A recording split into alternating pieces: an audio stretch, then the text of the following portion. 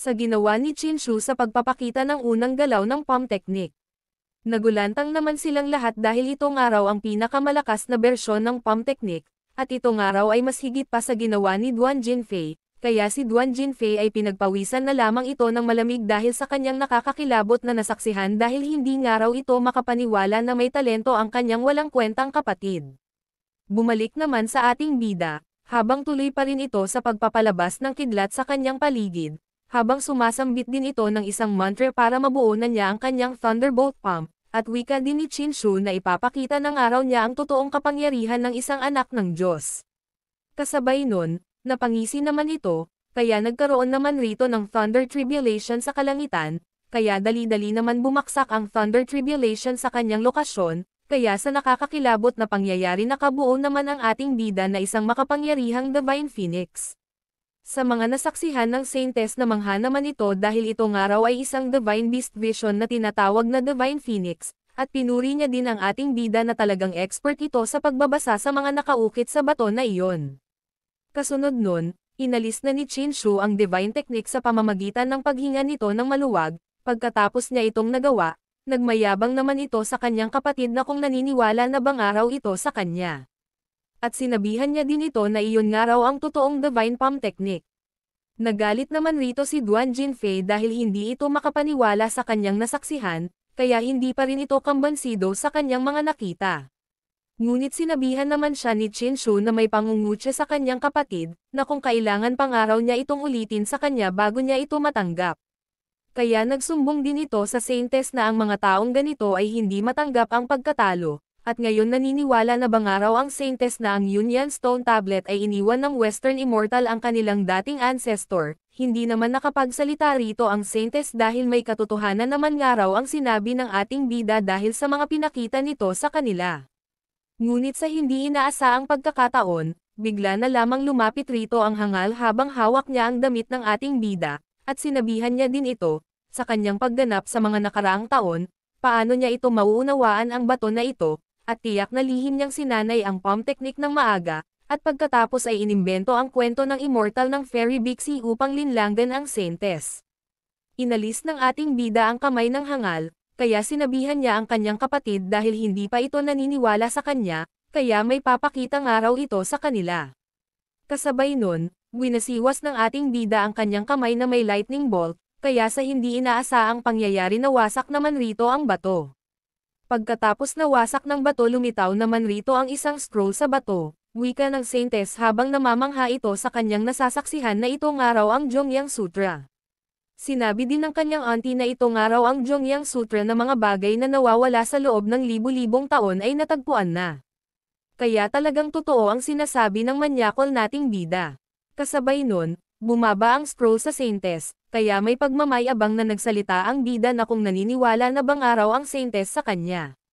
Sa paghawak ng Saintess sa Jongyang Sutra na mangha naman ito dahil itong araw ang 5 klase ng Yaoqi ay muling nagtipon, yumoko din ito habang sinasabi niya na 18 anak ng Diyos pakisuyo tanggapin ang pagsamba ni Yu-er. Ang pangalan pala ng Saintess ay si Yu-er. Pinagpawisan din rito ang matanda dahil nahihiya ito sa ginawa niya sa ating bida, kaya yumoko ito na may panggalang, wika niya na nagkamali nga raw siya sa pagkaintindi niya sa kanya, at humihingi nga raw ito ng tawad sa 18 anak ng Diyos para sa mga nasabi niya sa kanya kanina. Ang 18 na anak ng Diyos ay hindi isang malandi na tao, at pakiusap nga raw tanggapin niya nga raw ang kanyang pagsamba. Hindi naman ito pinansin ng ating bida, dahil gumana na naman ang pagiging manyakol nito, kaya dali-dali niyang hinawakan si Yu-er sa kanyang bewang, habang sinasabi rito na tatawagan niya ng araw ito na Sister Yu-er, sa ginagawa ng ating bida sa kanya labis na lamang itong nahihiya dahil madaming araw ang nakakakita sa kanila. Nagulat ang auntie ni Yu-er dahil kakasabi niya pa lamang na hindi malandi ang ating bida, kaya hinawakan na niya ang kanyang sandata, habang sinasabi niya na binabawi ng araw niya ang kanyang binitawang salita sa ating bida. Kasabay nun, tuloy pa rin si Chinshu sa paglalandi kay Yu-er, at wika din ito na kung bakit nga raw nagagalit ang kanyang kapatid. Naghihimutok naman sa galit si Duan Jinfei dahil pinahiya nga raw siya ng kanyang kapatid, kaya padabog nga itong nagalit sa pamamagitan ng kanyang pagpadyak sa kanyang mga paa, kaya sa kanyang ginawa nagkaroon naman rito ng pagkasira ng lupa. At sa hindi inaasaang pangyayari, bigla na lamang nasira ang Stone Cravings.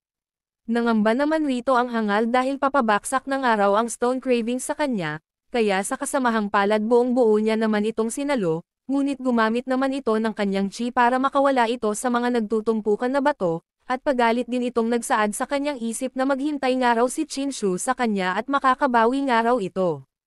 At sa labis nitong kahihiyan na kanyang natanggap sabay alis naman ito kaagad. Ngunit ang ating bida ay kinawayan niya ito at sinabihan niya ito na mag-ingat nga raw ang kanyang kapatid. Pagkatapos umalis ng hangal, dumiskarte naman ang ating bida kay Yor habang sinasabi niya rito na pumunta nga raw sila sa kanyang bahay at manood nga raw sila ng Netflix and chill. Sasang-ayon na sana si Yor nang biglang binuhat siya ng kanyang auntie, dahil naiinis na nga raw ito sa manyakol nating bida, at humingi din ito ng tawad kay Chinshu dahil kailangan nilang magmadali ng Saintes pabalik sa Jade Pool upang magulat tungkol sa kaganapan nito. Sumang-ayon naman rito ang ating bida kaya masaya itong nagpaalam sa kanila. Kasunod nun, nag-pop up naman ang system, sabi ng system ang lokasyon ng pag-check-in ay na-update na, mangyaring mag-check-in sa Dongyu Grand Ceremony, napaisip si Chinshu ang Dongyu Grand Ceremony nga raw ay pamilyar sa kanya, pero hindi niya maalala kung ano iyon, mukhang kailangan niya nga raw magtanong sa iba. At panahon na nga raw para bumalik. Kasabay nun, nag-infuse na ang ating bida sa kanyang paa para ito ay makatalon ng napakalakas para mabilis itong makauwi sa kanila. Natuwa din ito dahil ito nga raw ang kapangyarihan ng isang body realm sa ika-4 na antas. Bagaman hindi pa rin siya makalipad, mas maginhawa ito kaysa noong naglalakad lang siya. Bukod pa rito, mayroon siyang permanenteng mobile dantian, kaya hindi kailanman mauubos ang kanyang espiritual na enerhiya. Maya-maya pa pagkatapos ng ilang sandali, mapupunta na ang eksena sa Yuhuaman Mountain Gate. Natuwa din ang ating bida dahil ganito nga raw ang pakiramdam na may sariling cultivation dahil nakakauwi nga raw siya ng mabilis. Kaya nga masayang naglakad ang ating bida, ngunit may nagmamasid naman sa kanya sa mga halaman, kasabay nun, huminto na ang ating bida sa harapan ng pintuan, at naghanda ito dahil may balak ang ating bida na tumalon sa Yuhuaman Mountain Gate na hindi ito naglalakad sa hagdanan, kaya dali-dali na itong tumalon, ngunit sa hindi inaasaang pangyayari bigla na lamang. Napatigil ito dahil may humawak sa kanyang mga paa, ang humawak sa kanyang mga paa ang taong nagmamasid sa kanya ang kanyang alalay, at wika din ito na nagpapasalamat na bumalik ng araw ang ika-18 ng anak ng Diyos. Nagulat naman ang ating bida, dahil hindi niya nga raw ito kilala kaya laking taka na lamang ito sa ginawa ng lalaki, kaya sa pagpigil ng lalaki kay Chinshu nagkaroon naman rito ng pagkasira ng sahig dahil bumaksak sila ng sabay. Pagalit naman na nagsalita ang ating bida sa lalaki na kung sino nga raw itong mukhang halimaw na ito. At hindi ba nga raw ito natatakot sa pagkalaban sa anak ng Diyos? Humingi naman ng pahumanhin ang lalaki sa kanyang ginawa, at nagpakilala din ito bilang Laugo. Pinagtawanan naman ito ng ating bida kaya nilarawan niya ito na isang manyakol na asong halimaw, wika din ni Chinshu sa kanyang isip na mukhang may kaunting alaalang araw siya sa lalaki na ito. Ayon sa mga kalat-kalat na alaala sa kanyang isipan, mukhang kaibigan ng orihinal na may-ari ang matandang ito, at hindi nga raw itong mabuting tao. Sa sinabi ni Chinshu kay Laugo tinignan niya naman ng masama ang ating bida, dahil nainsulto ito sa pagtawag nito sa kanya na mukha nga raw siyang aso. Nagalit naman rito ang ating bida kaya nagpalabas ito ng Thunderbolt Palm sa kanyang mga kamay, at wika din ito na kung bakit nga raw ito na tumitingin ng masama sa kanya, kaya sa hindi inaasaang pagkakataon, bigla na lamang itong nakatikim ng malutong na sampal na may kasama pang Thunderbolt Palm. Nagwawala din ang ating bida, habang nagliliyab ang mga mata nito sa galit, kaya sinabihan niya si Laugo na uubusin niya nga raw ang pamilya nito kapag hindi nga raw ito na nagbago. Nagsalita naman si Laugo habang iniinda niya ang sakit ng kanyang pisngi sa pagsampal ng bida sa kanya. Nandito nga raw siya para sabihin sa kanya na sumabog na nga raw ang idolo ng kanyang ina, at maraming prinsipe ang natutulog pa sa kama, kaya talaga ito ay medyo nagkaproblema. Nagtaka si Chinshu na kung ano raw ang ibig sabihin ni Laugo na ang kanyang ina ay idolo. Pinaliwanag naman ito ni Laugo na ang mga prinsipe at prinsesa ng mga sinaunang bansa at banal na dinastiya na ito ay talagang hindi ganoon kaganda, at inakit niya nga raw ito na magnakaw ng mga kamangha-manghang kayamanan sa Yuhua Gate. Sa pagkakataong ito, inilabas ng anak ng Diyos ang banal na estatwa ng Birheng Maria, na tinabla ng kanyang banal na liwanag. Mayroon ding ilang bagong itinatag na dinastiya at sinaunang kaharian na nasa loob na ng mahigit 10,000 taon. Sa mga sinabi ni Lao Go sa kanya, naisip naman ang ating bida na bagaman ang mga prinsipe at prinsesa ng mga sinaunang bansa ay hindi kasing taas ng katayuan ng Yumen Shenzi, sila ay kasing marangal. Upang makuha ang ilang natatanging mga mapagkukunan ng pagsasanay mula sa Yuhua sect, may ilang tao na nakatuon ang kanilang mga mata sa orihinal na may-ari. Bagaman ayaw ng orihinal na may-ari ng katawan nito na mag-aral, mayroon siyang hilig sa pag-aalaga ng mga babaeng demon. Ang mga prinsipe na iyon ay madalas magdala ng ilang mga babaeng demon upang akitin ang orihinal na master na magnakaw ng mga kayamanan mula sa Feathergate para sa kanila. Sa paglipas ng mga taon, talagang naloko ng mga taong iyon ang orihinal na may-ari ng katawan nito sa maraming magagandang bagay. At si Lao Go ang tagapamagitan para sa mga transaksyong ito, madaling kumikita ng komisyon mula sa parehong partido. Pinaliwanag din ni Lao Go sa pagkakataong ito, nagsalita na ang ikapitong prinsipe ng dinastiyang Buwan. Gusto niyang magdala ka ng 3 pangbanal na bagay, kung hindi ay darating araw ito para guluhin ang ating bida. At kailangan niyang araw ibalik ang immortal butterfly na ipinagpalit nila noon. Nairita naman si Qin Shu sa mga sinasabi ni Lao Go, napailing na lamang ito, at sabay alis. Nagtanong si Lao Go na kung saan nga raw pupunta ang kanyang master, dahil papaano nga raw nila ito aasikasuhin ang problema na ito dahil ang dinastiyang Diyos ng Buwan ay umuunlad, at ang ikapitong prinsipe ay palaging mayabang at mapang-api. Kung hindi mo siya bibigyan ng kasiya siyang sagot, tiyak na hindi kanya palalampasan. Bukod pa rito, ikaw, bilang isang banal na anak, ay iba sa ibang mga banal na anak ng Yuhua sect. Ang iyong pagsasanay ay hindi sapat, at kung darating ang ikapitong prinsipe, wala kang kakayahang lumaban. Sa mga pinagsasabi ni Lao Go sa ating bida, at sa pagmamaliit nito sa kanya, nagpintig naman rito ang tenga ng ating bida sa labis nitong pagkainis, kaya sa hindi inaasaang pangyayari bigla na lamang nagpalabas ng Thunderbolt Palm si Qin Shu, at kasabay nun, walang pagdadalawang isip niyang inatake si Lao Go. Nagpagulong-gulong naman rito si Lao Go dahil sa ginawang atake ng bida sa kanya, at sinabihan niya din ito habang pinapalabas niya ang kanyang lightning bolt sa kanyang kamay na wag niya nga raw siyang maliitin dahil hindi na nga raw siya tulad ng dati. Pinagpawisan naman rito si Lao Go dahil hindi nga raw ito makapaniwala na nakakagamit na ito ng martial arts, at nagtanong din ito na kung kailan pang araw niya ito na natutunan. Hindi naman ito sinagot ng ating bida, kaya lumingon na lamang ito para makauwi na sa kanila. Tumayo si Lao Go, kaya dali-dali niyang hinabol ang kanyang master, habang nagtatanong pa rin na kung saan niya nga raw natutunan ang makapangyarihang Thunderbolt Palm technique na iyon. Maya-maya pa pagkatapos ng ilang sandali, nakapunta na sila sa bahay ng ating bida. Nagtanong naman rito si Qin Shu kay Lao Go na kung saan nga raw nahuli ang fairy saint na ipinadala ng ikapitong prinsipe. Sinabi ni Lao Go na narinig niya na nagmumula ito sa Abyss of 10,000 Demons, pero hindi nga raw siya masyadong sigurado sa mga detalye. Kinutya niya din ito dahil mahilig nga raw talaga ang kanyang master sa mga hatmama. Pinagpawisan si Qin Shu dahil mali nga raw ang sinabi ni Lao Go, ang babaeng nga raw na iyon ay isang halimaw, at wika din niya kay Taba na hindi niya nga raw kayang pakisamahan ang babaeng ito, at humingi din ito ng pabor kung pwede nga raw bang tulungan niya ito na ipadala siya pabalik.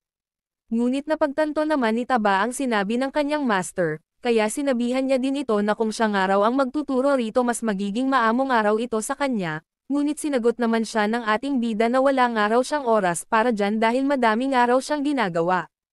Kaya nagpresenta na si Taba, na siya na nga raw ang bahala sa lahat.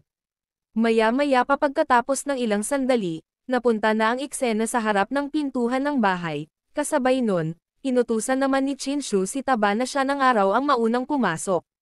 Sumang-ayon naman rito si Taba kaya dali-dali naman itong kumilos para buksan ang pinto, ngunit sa hindi inaasaang pangyayari bigla na lamang nabuhusan ito ng malamig na yelo sa kanyang katawan, kaya laking gulat na lamang ito sa nangyari sa kanya. Kasabay nun, may sumigaw naman rito na isang babae na pinapa-sayaw niya ang ating bida. Nagagalit naman rito ang babae dahil ang unang may-ari ng katawan ni Qin Shu ay pinipilit niyang pasayawin ang babae na ito kaya laking pagkagalit na lamang nito sa ating bida. Kasunod nun, hinagis naman niya ang isang lamesa, kaya sapul naman rito si Taba, habang ang ating bida ay kalmado lamang dahil alam na niya ang mangyayari, kaya pinauna niya si Taba para hindi ito mangyari sa kanya.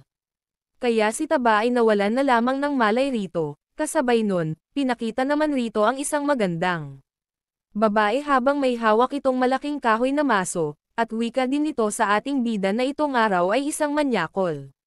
Hindi pa tapos rito ang babae, kaya dali-dali naman itong sumugod para hampasin si Taba ng kanyang maso, pagkatapos nitong bugbugin si Taba, at nagsalita din ito na uuwi ng araw ito sa kanila. Ngunit sa paglingon nito, bigla niya na lamang nakita ang ating bida sa gilid, at kasabay nun, bigla niya na lamang nabitawan ang kanyang sandata, dahil nagulantang ito sa kanyang nakita. Dinuro niya si Chinshu na kung bakit nga raw siya nandyan, kaya sinabihan siya ng ating bida na maling tao nga raw ang binugbog nito. At wika din ito sa kanyang isip habang pinagpapawisan ito na ang maliit na mangkukulam na ito na si Bai Zuo Zuo ang pinakamatinding demonyo na ipinadala ng mga prinsipe. Kaya naalala ng ating bida ang masamang karanasan sa babaeng ito, dahil noong wala pa siyang cultivation lagi na lamang siyang binubugbog nito. Makalipas ang ilang sandali, nakaupo na silang tatlo sa lamesa. Habang si Bai Zuo Zuo nakaside ito dahil galit nga raw ito sa ating bida. Si Bai Zuo Zuo pala ang sex demon ng ating bida kaya laking pagkagalit na lamang nito sa kanya. Kasabay nun, kinausap naman siya ni Chinshu na malaya ng araw ito, at pwede ng araw itong umuwi sa kanila. Sa narinig ni Bai Zuo Zuo nagtaka naman ito na kung hindi na bang araw kailangan ng ating bida ang kanyang masarap na katawan. Nagpapogi points naman rito ang ating bida na siyang araw ay isang mabait na tao kaya magmadali ng araw umalis si Bai Zuo Zuo, baka pamigay niya pang araw ito sa mga nanonood ng recap na ito. Hindi naman naniwala rito si Taba dahil madami ng araw na tikman ang kanyang master. At sa mga narinig ni Bai Zuo Zuo natuwa naman ito, kaya dali-dali niyang sinabi sa ating bida na umalis ng araw sila ngayon para makauwi ng araw ito. Nagtanong si Chinshu kay Bai Zuo Zuo na kung saan nga raw ito nakatira. Hindi naman ito matandaan ni Bai Zuo Zuo, kaya nag-isip na lamang ito ng maigi, ngunit kahit anong pilit nitong pag-iisip sa kanyang tahanan wala itong maalala, kaya sinabihan niya na lamang ang ating bida na hindi niya nga raw alam na kung saan siya nakatira. Sinabi ni Chinshu kay Bai Zuo Zuo na kung hindi niya alam na kung saan siya nakatira papaano niya nga raw ito na mahahatid sa kanila. Hindi naman ito maintindihan ni Bai Zuo Zuo, kaya dali-dali niya naman sinakaw si Chinshu habang sinasabi rito na ito nga raw ay isang manyakol at ihatid niya nga raw ito sa kanilang tahanan. Nagmamakaawa naman rito si Chinshu kay Bai Zuo Zuo na bitawan niya ng araw siya dahil hindi na nga raw ito makahinga. Nakinig naman rito si Bai Zuo Zuo kaya binitawan niya na ang ating bida, ngunit makikita natin ang leeg ni Chinshu na may bakas ito na isang kamay. Sa ginawa ni Bai Zuo Zuo sa pag-alis niya sa pagsakal sa ating bida nakahinga naman ito ng maluwag, at wika din ito nakalimutan ng araw nila iyon, at manatili munang araw siya rito hanggat hindi pa niya nahahanap ang tahanan nito. Makalipas ang ilang araw, mapupunta ang eksena sa Juyun Peak Mountain, para dito magsanay ang ating bida at dito na rin siya magpapalakas sa pamamagitan ng pag-akyat ng bundok at sa pagtanggap din ng reward sa system. Habang nakatingin ang ating bida sa bundok na ito, dali-dali naman tumakbo si Chinshu para ito ay akyatin muli. Wala naman kahirap-hirap umakyat si Chinshu sa mga bundok na ito sa pamamagitan lamang sa pagtalon nito. Napunta na ang ating bida sa tuktok ng bundok, kaya nag-notification na ang kanyang system, na binabati niya nga raw ang host sa matagumpay niyang pag-akyat sa bundok. At binabati niya din ito sa pagtanggap ng gantimpala, itaas ang iyong pundasyon ng pagsasanay sa antas isaat.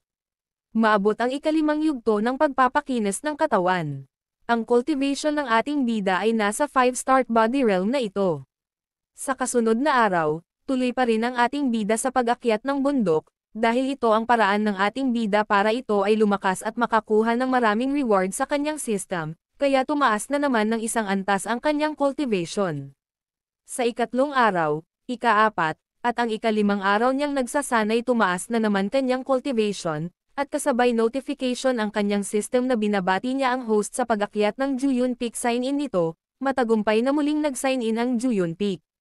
Binabati kita sa pagtanggap ng gantimpala. Ang iyong antas ng pagsasanay ay tumaas ng isang antas, umabot sa ika-8 antas ng pagpapabuti ng katawan.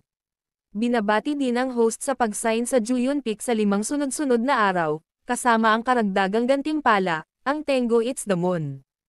At nagtanong din ito na gusto bang araw ng host na matutunan niya ito.